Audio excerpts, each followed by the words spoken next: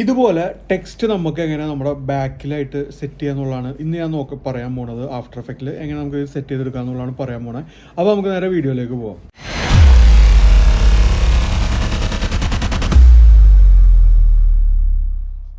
അപ്പോൾ അതിനായിട്ട് നമ്മൾ ആദ്യം തന്നെ ആഫ്റ്റർ എഫക്റ്റ് ഓപ്പൺ ചെയ്യുക. ഞാൻ ഇവിടെ ഒരു വീഡിയോ എടുത്തിട്ടുണ്ട്, എൻ്റെ തന്നെ ഒരു വീഡിയോ ഞാൻ എടുത്തിട്ടുണ്ട്.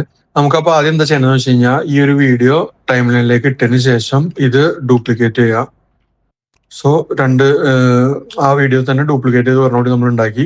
ഇനി നമ്മൾ എന്താ ചെയ്യണമെന്ന് വെച്ച് കഴിഞ്ഞാൽ അതിന് മുമ്പായിട്ട് നമ്മൾ കമ്പോസിഷനും വീഡിയോയിൽ ഇത് മാച്ചിങ് ആണോ എന്നുള്ളത് നോക്കാം. ഞാൻ ഇതിപ്പോ വീഡിയോ എല്ലാം സെറ്റ് ചെയ്തിട്ടുണ്ട്, നോക്കാം. നമ്മൾ എടുത്തിട്ട് കമ്പോസിഷൻ എടുത്തു കഴിഞ്ഞാൽ നമുക്ക് ഇതിൽ കാണാൻ പറ്റുമല്ലോ. ഇതിൽ നമ്മുടെ ഇതാണ് ഇതിന്റെ ഹൈറ്റും വിഡ്ത്തും വരുന്നത്. ഇവിടെ അത് സെയിം ആണ്. അതുപോലെ തന്നെ ഫ്രെയിം റേറ്റ് 30 ആണ്, ഇതിനും സെയിം ആണ്. അത് നോക്കുക. കാരണം നമ്മൾ റോട്ടോ ബ്രഷ് ഉപയോഗിക്കുന്നുണ്ട്. സോ റോട്ടോ ബ്രഷ് ഉപയോഗിക്കണമെന്നുണ്ടെങ്കിൽ നമ്മുടെ കമ്പോസിഷനും വീഡിയോയുടെ ഇതും തമ്മിൽ സെയിം ആയിരിക്കണം. സോ അത് നമ്മൾ സെറ്റ് ചെയ്യുക. അതിനുശേഷം നമ്മൾ എന്താ ചെയ്യണമെന്ന് വെച്ച് കഴിഞ്ഞാൽ ഈ ഫസ്റ്റത്തെ വീഡിയോ ഉണ്ടല്ലോ, മീൻസ് ഡ്യൂപ്ലിക്കേറ്റ് ചെയ്ത വീഡിയോ എടുത്തിട്ട് അത് നമ്മൾ റോട്ടോ ബ്രഷ് എടുക്കാതെ തന്നെ. അപ്പൊ നമുക്ക് വേണമെങ്കിൽ താഴത്തെ വീഡിയോ നമുക്ക് തൽക്കാലത്തേക്ക് മാറ്റി വെക്കാം. ഓക്കെ, എന്നിട്ട് നമുക്ക് റോട്ടോ ബ്രഷ് എടുക്കുക.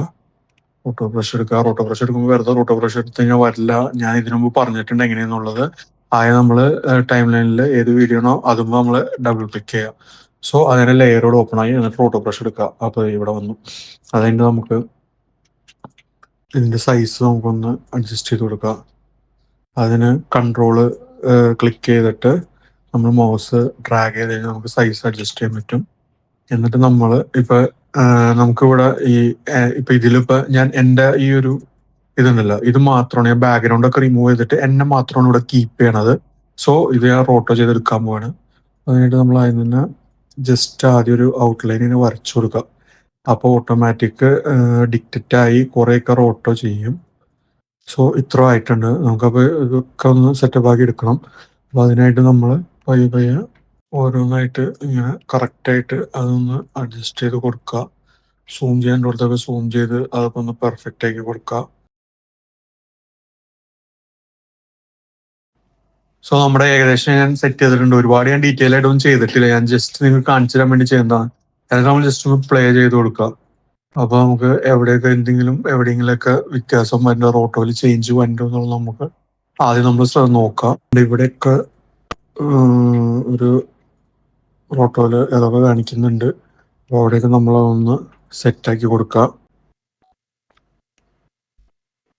ഓൾട്ടാക്കി കഴിഞ്ഞാൽ നമുക്ക് നമ്മുടെ ബ്രഷ് മൈനസ് ആക്കാൻ പറ്റും. മൈനസ് ആക്കി കഴിഞ്ഞാൽ നമുക്ക് ആവശ്യമുള്ള പോലെ ഇതുപോലെ ഒന്ന് സെറ്റാക്കി എടുത്ത് കൊടുക്കുക. ഞാൻ ഒരുപാട് ടൈം എടുത്തൊന്നും ചെയ്യണില്ല.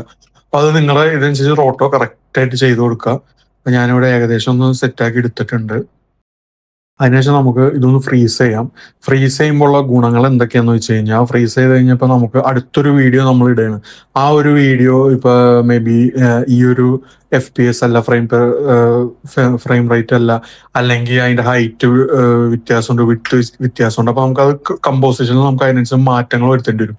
അപ്പൊ ഫ്രീസ് ചെയ്തില്ലെങ്കിൽ എന്താ പ്രശ്നം എന്ന് വെച്ച് കഴിഞ്ഞാൽ, നമ്മൾ അതിലേക്ക് മാറ്റി കഴിയുമ്പോൾ ഈ റോട്ടോ ചെയ്തിട്ടേക്കണ ഈ ഒരു വീഡിയോ ഉണ്ടല്ലോ, ഇതില് എറർ വരും. റോട്ടോ കറക്റ്റ് ആയിട്ട് വരില്ല. അപ്പൊ അങ്ങനെ ഒരു ഇതുണ്ട്. അപ്പൊ നമ്മൾ ഫ്രീസ് ചെയ്ത് കൊടുക്കുക. ഫ്രീസ് ചെയ്യാനായിട്ട് ഇവിടെ ഫ്രീസ് എന്ന ഓപ്ഷൻ ഉണ്ട്. ഫ്രീസ് ചെയ്യുമ്പോൾ നമ്മുടെ ഓരോ ഇതും ഇത് ഫ്രീസ് ആയിക്കൊണ്ടിരിക്കും. ഇപ്പൊ ഇതിലിപ്പോ 118 ഫ്രെയിം ഉണ്ട്. അപ്പൊ 118 ഫ്രെയിമും ഫ്രീസ് ആവും. അപ്പൊ അത് ഫ്രീസ് ആയിട്ടുണ്ട്, എല്ലാ ഫ്രെയിമും ഫ്രീസ് ആയിട്ടുണ്ട്. ഇനി നമ്മൾ നേരെ നമ്മുടെ കമ്പോസിഷൻ എടുക്കുക. കമ്പോസിഷൻ എടുക്കുമ്പോൾ കണ്ടോ ഇങ്ങനെ വരും. ഇതിലിപ്പോ ഈ എഡ്ജസ് ഒക്കെ കണ്ടാൽ നമുക്ക് ഒരു ഇതുണ്ടല്ലോ. ഇപ്പൊ തൽക്കാലത്തേക്ക് ഞാൻ ഇവിടെ ഇവിടെ കാര്യങ്ങളൊക്കെ ഒന്ന് സെറ്റ് ചെയ്യണം. ഈ ഫെദറൊക്കെ ഒന്ന് അഡ്ജസ്റ്റ് ചെയ്ത് കൊടുക്കുക. അഡ്ജസ്റ്റ് ചെയ്ത് കൊടുക്കുമ്പോൾ തന്നെ അതിലൊക്കെ വ്യത്യാസങ്ങൾ വരും. ജസ്റ്റ് തൽക്കാലത്തേക്ക് ഞാനിപ്പോ ഇങ്ങനെയൊക്കെ ചെയ്യണം. നമുക്കത് ഒന്നും കൂടി അടിപൊളിയാക്കി ചെയ്യാൻ പറ്റും. അതിനുശേഷം നമ്മൾ നേരെ നമ്മുടെ നേരത്തെ നീക്കി വെച്ച വീഡിയോ ഉണ്ടല്ലോ, അതെടുത്ത് നമ്മൾ ഇങ്ങനെ ഇട്ട് കൊടുക്കാം. സോ നമുക്കത് മാറ്റിയത് അറിയാനും പറ്റൂല. എന്നാൽ നമ്മൾ ഓൾറെഡി ബാക്ക്ഗ്രൗണ്ട് മാറ്റിയിട്ടുണ്ട്. ഇനി നമ്മൾ എന്താ ചെയ്യണമെന്ന് വെച്ച് കഴിഞ്ഞാൽ ടെക്സ്റ്റ് ലെയർ ആഡ് ചെയ്യുക. ടെക്സ്റ്റ് ലെയർ ആഡ് ചെയ്യാനായിട്ട് മുകളിൽ നിന്ന് ടെക്സ്റ്റ് ലെയർ എടുക്കുക. ശേഷം നമ്മൾ ഇപ്പൊ എന്തെങ്കിലും ടെക്സ്റ്റ് അടിക്കുക. നിങ്ങൾ എന്ത് ടെക്സ്റ്റ് ആണോ ആ ടെക്സ്റ്റ് അടിക്കുക. എന്നിട്ട് നമുക്ക് സൈസൊക്കെ നമുക്ക് അഡ്ജസ്റ്റ് ചെയ്യാൻ പറ്റും. ഇപ്പൊ കണ്ടോ, ഇതിന്റെ പുറകിൽ വന്നു. അത് പുറകിൽ വരാനായിട്ട് ചിലപ്പോൾ നമ്മൾ ടെക്സ്റ്റ് ലെയർ ആഡ് ചെയ്യുമ്പോൾ ചിലപ്പോൾ ഏറ്റവും ടോപ്പിലായിരിക്കും കിടക്കണേ. അതെടുത്തിട്ട് നമ്മൾ നേരെ ഡ്രാഗ് ചെയ്തിട്ട് നമ്മൾ സെന്ററിലേക്ക് ആക്കി കൊടുക്കുക. സോ ഇതേ കണ്ടോ, അതിന്റെ പുറകിൽ നമ്മുടെ ടെക്സ്റ്റ് വന്നു. അപ്പൊ ഇത്രയുള്ള വളരെ സിമ്പിൾ ആയിട്ട് നമുക്ക് ഇതുപോലെ ചെയ്തെടുക്കാൻ പറ്റും. ഇത്രയുള്ള വളരെ സിമ്പിൾ ആയിട്ട് നമുക്ക് ഇതുപോലെ ടെക്സ്റ്റ് നമ്മുടെ ബാക്കിലായിട്ട് നമുക്ക് സെറ്റ് ചെയ്യാൻ പറ്റും ആഫ്റ്റർ എഫക്റ്റില്. അപ്പൊ ഈ വീഡിയോ ഇഷ്ടപ്പെട്ട എന്തായാലും നിങ്ങൾ ഈ വീഡിയോ ലൈക്ക് ചെയ്യുക, അതുപോലെ തന്നെ ഈ ചാനലിലൂടെ ഒന്ന് സബ്സ്ക്രൈബ് ചെയ്ത് വെച്ചേക്കുക. അപ്പോൾ ഓക്കെ, ബൈ.